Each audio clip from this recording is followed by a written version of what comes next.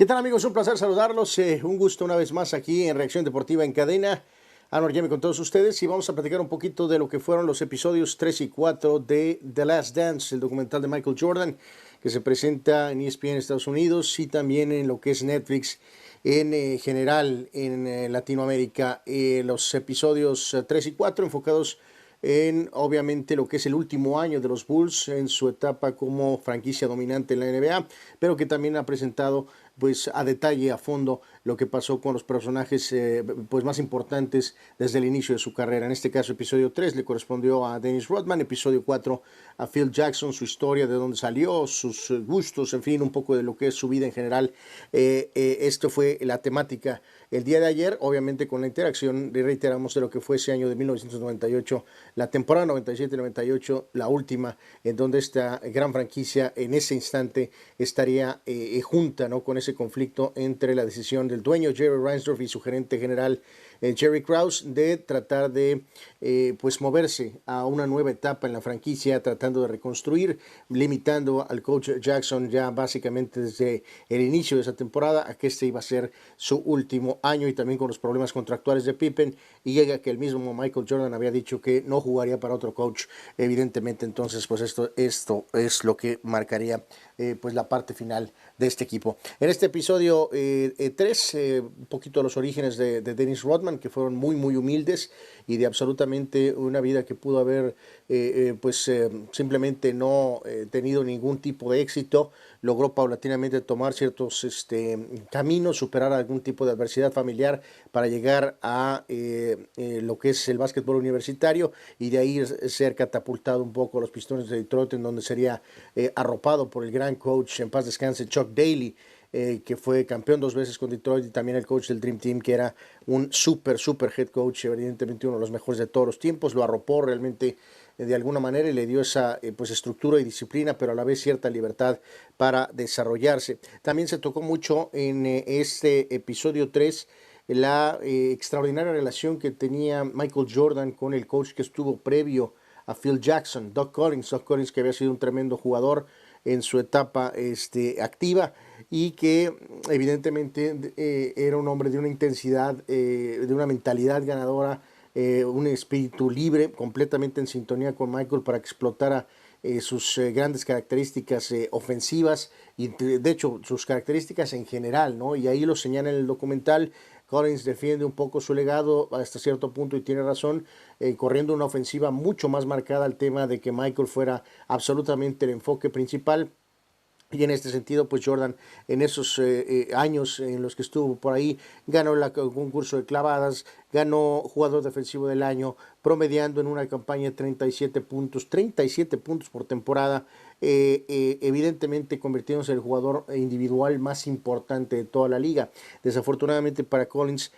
no se pudo traducir al final en esa situación de lograr el título, o lograr primero pasar a Detroit y después pensar en la conferencia del oeste. En general ahí se resume mucho esa gran relación, y también se va a mucho detalle en el episodio 3 en lo que fue ese gran tiro, ese momento icónico en la carrera de Jordan con Collins como coach, cuando le ganan a Cleveland con aquel primer tiro de Jordan sobre la marcación de Craig Gillow, el famoso The Shot, como es conocido de alguna manera, ¿no? Y en este sentido también cómo se va iniciando la rivalidad en contra de los Pistones de Detroit, que eran el equipo que en ese momento estaba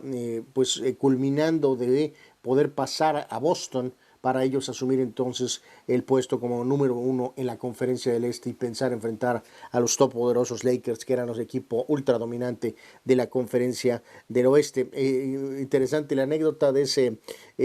esa jugada del famoso shot, en el cual hay que recordar que Craig Gillow había hecho una gran canasta antes de que dejara muy poquito tiempo en el reloj, y Jordan conectaría ese enceste encima de su marcación. Ron Harper, que sería después compañero, dice, y que estaba en Cleveland en ese momento, pues señaló que él quería la asignación defensiva, pero el coach Wilkins decidió que fuera Hilo, y la historia, pues evidentemente ya sabemos cuál es, ¿no? También se tocó el tema de la etapa más difícil de Dennis Rodman en su etapa final con los Pistones de Detroit, ya cuando el equipo pues obviamente había cumplido su ciclo. donde a punto estuvo supuestamente de incluso hasta quitarse la vida. Fue encontrado por la policía fuera del palacio de Auburn Hills, que era la casa de los Pistones, con una pistola. Y ese fue el fin básicamente de Rodman con el equipo de Detroit. Sería cambiado a San Antonio, donde tendría pues momentos importantes jugando con David Robinson, pero simplemente esa nueva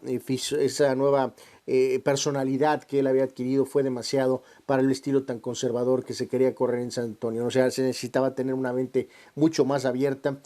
para poder entonces sacar lo mejor de Rodman y al mismo tiempo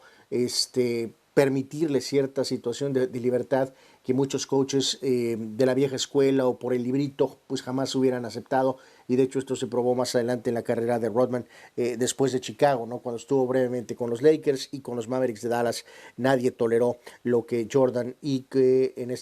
permitieron de alguna manera, y que se explica a lo largo de estos episodios, Jackson como coach y Jordan como estrella y líder, cómo le dieron cierta libertad, cierta latitud. Sabían que era una personalidad completamente diferente, Dennis Rodman. La llegada a Chicago a todos nos dejó muy sorprendidos por lo que habían sido aquellas terribles batallas en la etapa de finales de los 80s, principios de los 90s. Entonces hay que recordar por qué llega Dennis Rodman al equipo de los Bulls de Chicago, por una razón muy simple. Cuando Jordan retorna a la temporada de 95, después de jugar béisbol, pierden en lo que fue la segunda ronda en contra de Orlando, y el mismo equipo que tenía a Shaq y a Penny Hardaway tenía como refuerzo a Horace Grant, que eso es algo que se va a tratar en los próximos episodios, de acuerdo a los avances que vimos en los episodios 5 y 6, un poquito de cómo fueron todas las circunstancias que hicieron que Jordan decidiera retirarse, ¿no? Tanto la famosa situación de las apuestas, que siempre ha estado ahí abajo, la situación de estar el mismo cansado, pero también había mucha grilla dentro del equipo, que fue primero 3 veces campeón en 91, 92, 93, y ahí Jordan lo dice en el avance. Grant estaba filtrando cosas a la prensa, y una pequeña situación de Jordan de retirarse fue: ok, traten sin mí a ver si pueden ganar. Ese equipo jugó muy bien en la temporada de 94, pero al final de cuentas se quedaron de manera polémica eliminados por los Knicks en la segunda ronda de la temporada de 94. Y cuando Grant se fue a Orlando en la temporada de 95, el equipo disminuyó. Entonces, aunque Jordan regresó, cuando enfrentaron a Orlando en la segunda ronda, Jordan no estaba en plena condición física, ganaron. Y entonces en ese momento se levantó a Horace Grant a hombros en la arena de los Bulls, de alguna manera. Eso es lo que detona entonces, es el ir por Dennis Rodman de alguna manera, ¿no? El que necesitaban un delantero de poder, que pudiera dominar los tableros, que jugara defensa, que tuviera esa intensidad, y pues fue perfecto, como Pippen lo dice ahí en el documental. Se adaptó perfectamente, salvo todos los detalles y las excentricidades, pues evidentemente su gran mentalidad de básquetbol pues le permitieron evidentemente adaptarse perfectamente a Jordan y a Pippen, que eran extraordinarios jugadores, ¿no? Y en el cierre del episodio 3, pues más que nada continuaba esa situación de estar muy cansados durante la temporada de 98, de estar contestando y contestando en cada una de las ciudades si este iba a ser el último año, y a final de cuentas permitió el regreso de Scottie Pippen en esa campaña. Acuérdense que se había operado tarde rumbo a la temporada de 98 por ese problema contractual, y apareció a principios de enero de regreso. Y entonces ahí pues el momento más divertido, de alguna manera se habla de cómo Rodman pues se comportó de una manera modelo durante un lapso de la etapa en que estuvieron sin Pippen, pero que en cuanto Pippen regresó completamente pues perdió el control. Y esa pues sensacional escena, ¿no? Donde dice en estos episodios, spoilers de alguna manera si no lo ha visto, en que pues tuvo que ir a Vegas un ratito Dennis Rodman para despabilarse, y se pasó del límite que habían quedado con Jordan y Jackson, y después tuvo que ir Michael Jordan literalmente al apartamento y llevarlo a entrenar. Pero Rodman tenía esa increíble característica, ¿no? Que después, cuando trataban de ponerlo en forma, resultó que él estaba más en forma tal vez que todos los demás, y no le había afectado. Era un espécimen Rodman auténticamente físicamente, en cuanto a su energía, en cuanto él se enfocaba a jugar básquetbol, nadie lo superaba en ese factor de energía y de duración, de condición física, de alguna manera. En el episodio 4 se tocó mucho lo que es la situación de Phil Jackson. de su etapa como coach, primero como jugador con Nueva York y después su etapa iniciando como coach un rato en Puerto Rico, cómo estuvo en ligas inferiores de alguna manera y cómo a punto estuvo de llegar a Chicago primero, pero fue rechazado hasta que eventualmente entró al staff de Doug Collins. Ahí se detalla mucho lo que fue la parte final de Collins y con el problema que hubo con Tex Winter, que era el arquitecto de la famosa ofensiva de triángulo, en donde de esa manera esa ofensiva supuestamente era para hacer que todo el equipo estuviera envuelto y que no cayera tanto en escenarios de que Jordan fuera uno contra uno, que a final de cuentas ante un equipo como Detroit realmente estaba causando problemas. En este sentido, eso causó un rompimiento entre Collins y Tex Winter y de alguna manera pues detonó la promoción de Phil Jackson de asistente a coach, porque él tenía una buena relación con Winter y el polémico gerente general Jerry Krause se dio cuenta de esto y sabían que estaban cerca de realmente ser campeones, pero necesitaban algo más para poder ser un equipo mucho más completo y balanceado, y Krause sintió que Jackson en esa relación con Winter implementar esa ofensiva iba a ser lo que los iba a catapultar a la siguiente etapa, y esa es la realidad de lo que sucedió a final de cuentas. También se detalla mucho y después de la eliminación de 1990, principalmente cómo Jordan se enfocó y todo el equipo a la cuestión de condicionamiento físico y el trabajo con pesas. Tim Grover es su entrenador legendario por muchos años, después estuvo con Kobe, con DeWayne Wade. Grover se ha convertido auténticamente en un referente en cuanto al trabajo con jugadores de básquetbol para que absolutamente rindan a la mejor, de la mejor forma posible. Se detalla con toda oportunidad lo que fue el fin de los Pistones, la eterna polémica cuando Detroit, Isaiah Thomas, Bill Laimbeer se pararon al final del partido cuando iban a ser barridos en 1991 y no dieron la mano, cuando Jordan sí lo había hecho en las temporadas de 90 y 89, incluso ahí pone, ¿no? Considerando que había dio una entrevista después de la eliminación en el juego 7, cosa que es muy raro, vamos a considerar, para los atletas de hoy, y toda esa polémica que todavía persiste hasta este momento en contra de algunos de esos jugadores de Detroit. No se refirió muy bien Michael acerca de los Pistones a Isaiah Thomas, ni tampoco Horace Grant. Laimbeer, de hecho, el jugador de Detroit, dio hace unos días una entrevista y dijo que LeBron era mejor que Jordan, ¿no? O sea, esos sentimientos todavía persisten hasta este momento. Y también, pues por supuesto, se hace énfasis en lo que fue ese enfrentamiento entre Michael Jordan, ya después de finalmente borrar a los Pistones, ese equipo que los había dejado fuera en las temporadas 88, 89 y 90. En 91 los barrieron y los sacaron básicamente de la existencia para ellos iniciar su etapa como el nuevo equipo dominante de la NBA y dar ese salto en general para toda la liga. Se describe mucho lo que es la relación o lo que fue esa serie entre Lakers de Los Ángeles y Chicago Bulls, el duelo entre Magic y Michael Jordan, pero a final de cuentas todos recordamos el momento crítico y clave fue cuando Scottie Pippen fue el principal defensor de Magic Johnson, y eso cambió la dinámica de la serie. Pippen, muy atlético, con esos brazos tan largos, realmente incomodó a la leyenda de Los Ángeles y cambió la estructura de esa serie para que Chicago fuera por primera vez campeón de la NBA. Y se cierra el capítulo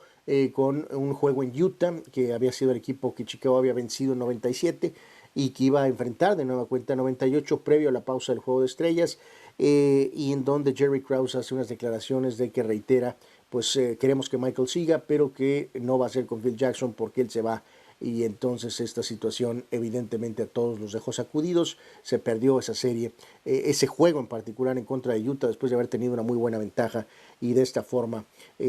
pues quedó en claro que la división